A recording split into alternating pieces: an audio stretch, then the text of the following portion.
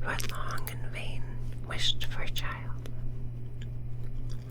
At length, the woman hoped that God was about to grant her desire. These people had a little window at the back of their house, from which a splendid garden could be seen, which was full of the most beautiful flowers and herbs. It was, however, surrounded by a high wall, and no one dared to go into it, because it belonged to the enchantress, who had great power and was dreaded by all the world. One day, the woman was standing by the window and looking down into the garden, when she saw a bed which was planted with the most beautiful rampion, and it looked so fresh and green that she longed for it, and had the greatest desire to eat some.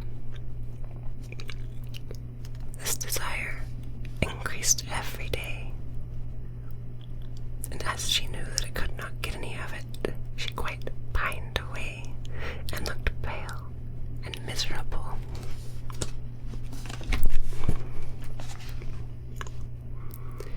Then her husband was alarmed and asked, "What aileth thee, dear wife?" "Ah," she replied, "if I can't get some of the rampion, which is in the garden behind our house, to eat I shall die." The man who loved her thought, "Sooner than let thy wife die, bring her some of the rampion thyself, let it cost thee what it will." In the twilight of evening, he clambered down the wall into the garden of the enchantress, hastily clutched a handful of rampion, and took it to his wife. She at once made herself a salad of it and ate it with much relish.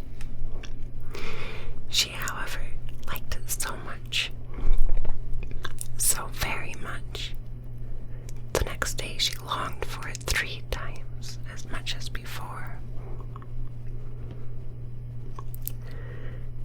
If he was to have any rest, her husband must once more descend into the garden.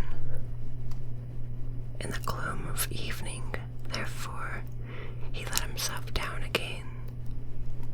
But when he clambered down the wall, he was terribly afraid, for he saw the enchantress standing before him.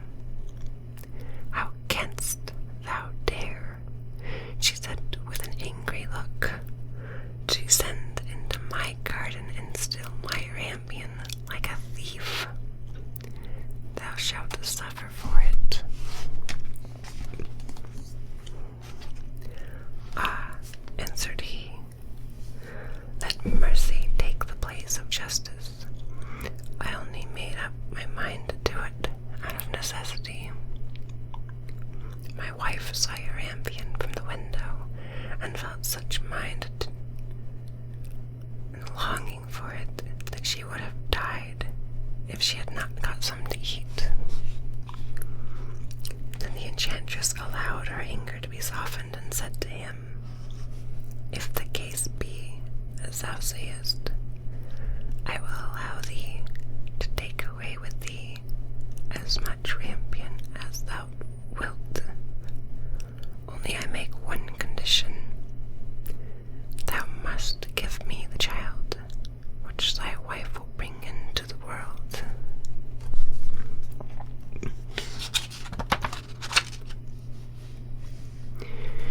"It shall be well treated, and I will care for it like a mother." The man, in his terror, consented to everything, and when the woman was brought to bed, the enchantress appeared at once, gave the child the name of Rapunzel, and took it away with her. Rapunzel grew into the most beautiful child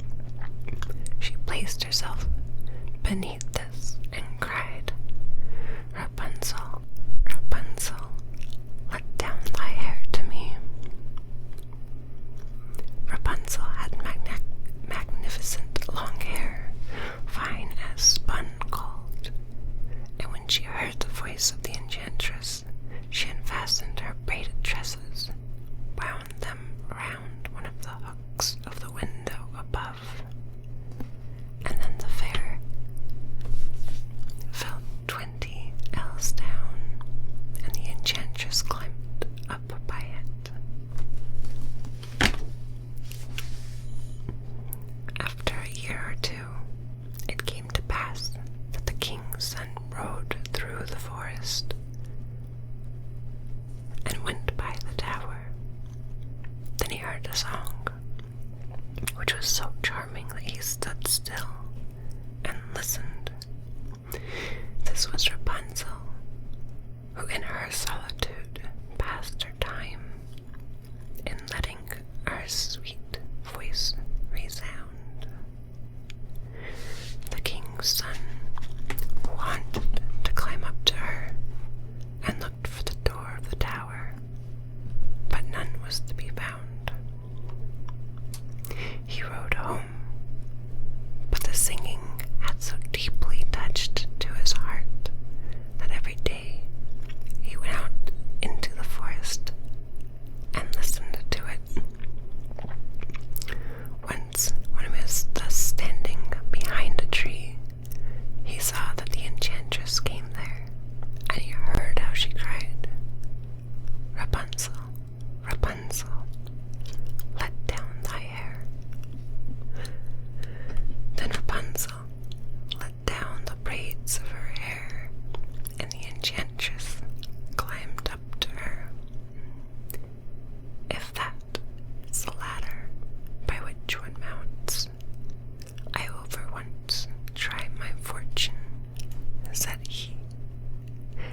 And the next day, when it began to grow dark, he went to the tower and cried, "Rapunzel, Rapunzel, let down thy hair."